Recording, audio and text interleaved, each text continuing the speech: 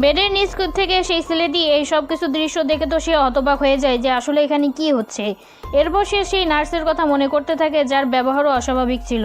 এরপর যখন সেই ছেলেটি নিস্তেজ হয়ে পড়ে যায় দেখা যায় সেই বৃদ্ধ মহিলাটি একদম মেয়েতে রূপান্তরিত হয়েছে আর তার হাসিও অস্বাভাবিক হচ্ছিল। সেই ভয়ে সেই ছেলেটি বেডের নিচ থেকে মাকে কোলে নিয়ে যখন সে পালাতে যায় তখন সেই অস্বাভাবিক মুখোশধারী লোকেরগুলোর হাতে ধরা পড়ে। এরপর তাকেও সেই অবস্থায় দাঁড় করিয়ে দেওয়া হয়। এরপর তার ভিতর থেকে সবকিছু নিয়ে তার মায়ের ভিতরে স্থানান্তরিত করা হচ্ছিল। এই সময় সেই ছেলেটি বুদ্ধি করে তার কাছ থেকে গ্যাস লাইট নিয়ে সেটাকে জ্বলিয়ে সেখানে আগুন জ্বালিয়ে দিলে আমরা দেখতে পাই যে ভিতরে ছোট্ট একটু মানুষের মতো ছিল যার এতগুলো হাত ছিল। সেই ছেলেটি বুদ্ধি করে সে এখানে আগুন লাগিয়ে দিয়ে তার মাকে এবার বাঁচাতে না পেরে সেখান থেকে পালিয়ে চলে আসে। সম্পূর্ণরূপে আগুন ধরে গিয়েছিল, সেজন্য সে তাকে বাঁচাতে পারেনি। আর সে বাহিরে বেরিয়ে এসে তার গাড়ি নিয়ে সেখান থেকে কোনো রকমে তার জীবনটা এবারের জন্য বাঁচিয়ে ফেলে। ভিডিও ভালো লাগে লাইক এবং সাবস্ক্রাইব করে পাশে থাকবেন। আল্লাহ হাফেজ।